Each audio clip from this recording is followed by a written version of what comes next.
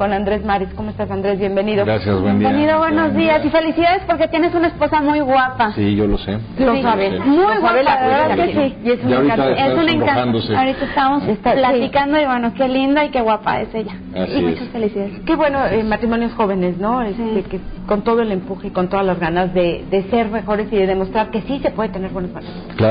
Claro, esa es la idea. Muy Gracias. Bien. Andrés, vamos a hablar de inteligencia emocional. ¿Cómo pasa el tiempo? No lo puedo creer. Sí, hace 15 años que Daniel Goleman publicó su bestseller La inteligencia emocional, precisamente. Y qué curioso, en el corte hablábamos del cambio climático, de lo drástico que ha sido y que está haciendo el cambio en términos de las estaciones, del clima, de todo lo meteorológico.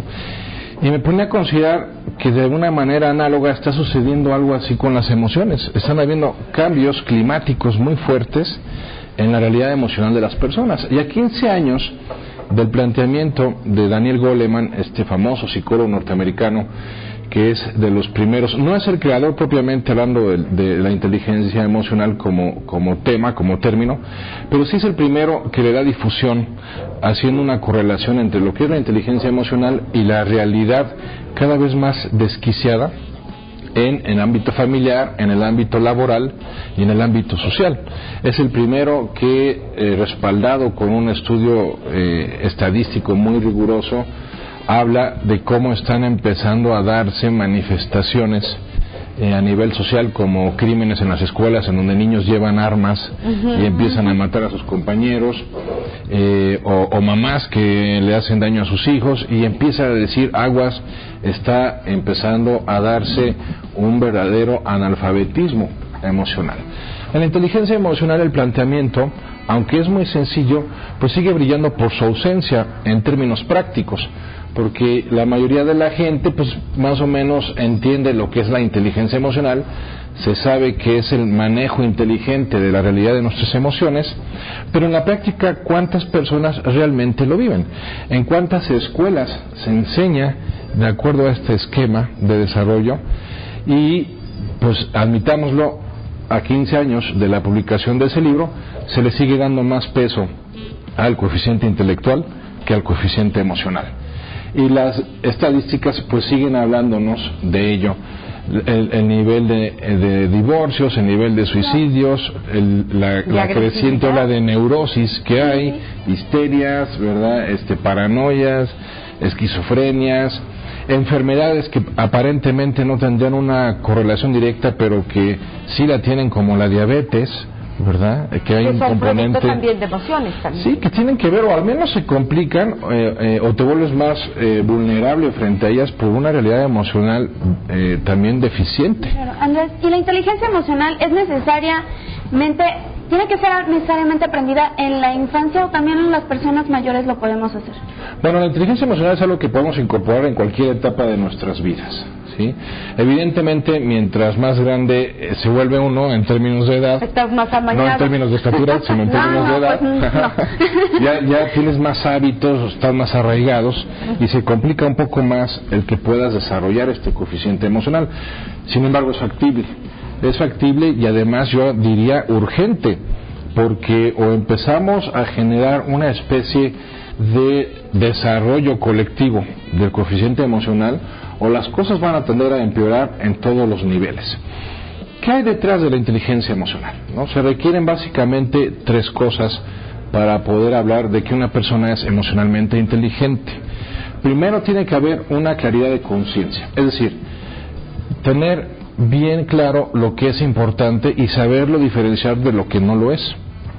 Porque parece mentira, pero mucho del desquicio que se está dando emocionalmente se detona por tonterías.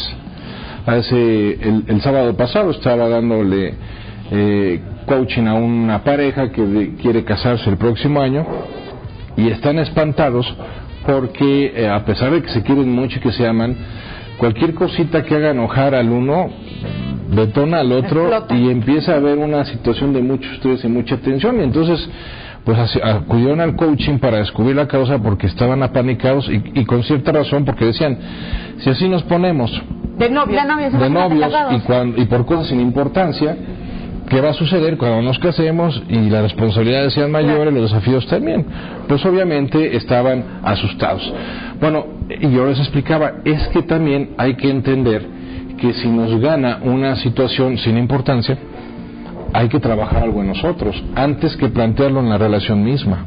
Entonces la claridad de conciencia primero me ubica en lo importante, que yo sepa distinguir qué es lo importante de lo simplemente conveniente, de tal manera que cuando lo conveniente no se dé como yo quisiera, pues no sobrereaccione. Claro, nosotros decidimos si nos enojamos o no. Podemos lograr discernir los motivos que tienen fundamento para que uno se enoje o no. Es un entrenamiento, eso tiene que ver con el segundo ingrediente, la inteligencia emocional, que es un pensamiento objetivo. O sea, tendemos nosotros a, como se diría en terapia cognitiva, a dejarnos llevar por distorsiones cognitivas, es decir, formas distorsionadas de percibir las cosas. Por ejemplo, el exagerar e irnos a niveles extremos, nadie me entiende, nunca me escuchan, todo me sale mal, es una distorsión mental. ¿Por qué? Porque no es real.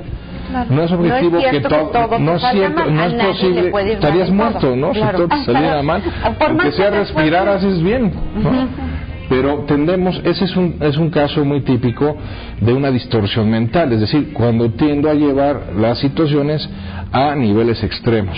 O sea, mi interpretación de las situaciones la manejo con categorías que no son reales, ¿no? El siempre, nunca, el todo o nada, hay que ser muy cuidadosos porque no suelen ser reales. Siempre hay un justo medio para todo. Así es, hay tonos más grises entre el blanco y el negro, ¿no? Pero es muy difícil que te encuentres en una situación blanca o en una situación negra.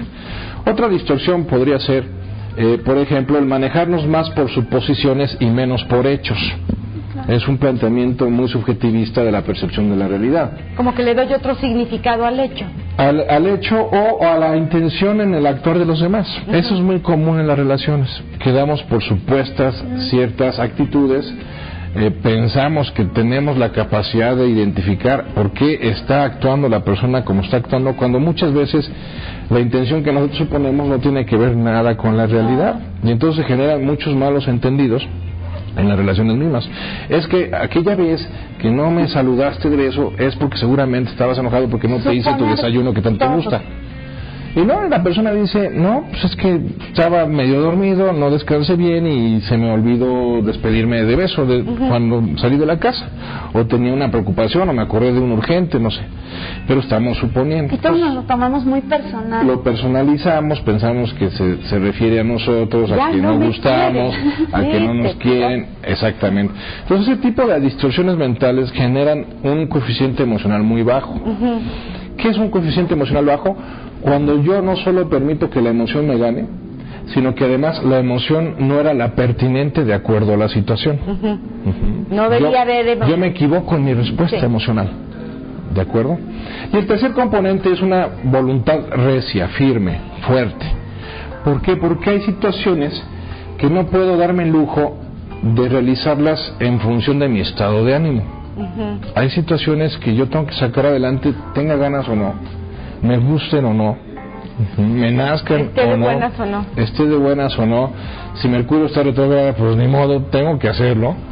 Y en ese sentido, apoyarme en lo que a final de cuentas es la dimensión más poderosa en el ser humano, que es la de la voluntad. La más difícil a veces. Es la más difícil, es la que requiere más entrenamiento y es donde radica la esencia de la inteligencia emocional. Porque cuando yo desarrollo mi voluntad, lo explicaré en estos términos Stephen Covey, yo genero un intervalo, un espacio entre el estímulo y la respuesta, el botón de pausa, como él le llama. En donde mucha gente no cuenta con ese botón de pausa precisamente porque tiene una voluntad muy frágil. ¿Y qué significa una voluntad muy frágil? Una voluntad que es anticipada y sometida por el impulso, por el instinto. ¿Pero se puede fortalecer? Claro que sí. La realización de hábitos, tanto en términos cognitivos como en términos conductuales, es la clave para poder desarrollar la inteligencia emocional. Pero antes de ponernos a trabajar en esos hábitos, tengo que definir qué es lo importante en mi vida, porque es increíble, mucho desquiciamiento en nuestros días se da por no tener una escala de valores objetiva. una escala de valores que se base más en la realidad que en mi percepción de ella. Una escala de valores que tenga que ver con principios universales y no con meros patrones de moda o consumistas. Y poder jerarquizar, que es lo más importante, de más a menos o de menos a más, para darle la importancia que requiere cada una de las cosas y de los actos y de las personas de mi vida. Y no desgastar una relación de pareja, por ejemplo, en el ejemplo anterior, por cosas que no valen la pena, ¿no? Así es. Que están muy abajo en mi jerarquía. ¿Y cómo saber si valen la pena? Viendo qué fundamento hay en la realidad. Claro. No en mi historia, porque es como solemos fundamentar. Es que para mí es muy importante esto. Ok, ¿por qué?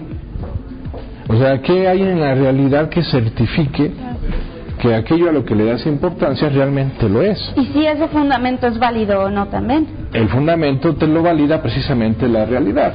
Ahora, si es en una relación de pareja, bueno, pues tendremos que ver la historia de él con la historia de ella. Claro. Y la historia de los dos, porque a lo mejor para ella es muy importante un evento que para él, a él no le da importancia, y al revés. Y es ahí donde la disposición se vuelve clave y es propia de una inteligencia emocional desarrollada y madura. Se tendrán que poner de acuerdo los dos. Qué bueno este coaching que estás dando a parejas, a futuros matrimonios, ¿no? Estamos necesitando dos. Llegas antes. Sí, te anticipas. Siempre es mejor lo preventivo que lo correctivo. Sí. A lo mejor y te arrepientes y mejor dices que no. Porque de que van a haber situaciones molestas o difíciles, las van a tener, por supuesto. Es mejor prevenir. Teléfono no lo veo. 223-47-80. 223-47-80 y la página www.coachplc.com. Así es. Ahí estamos.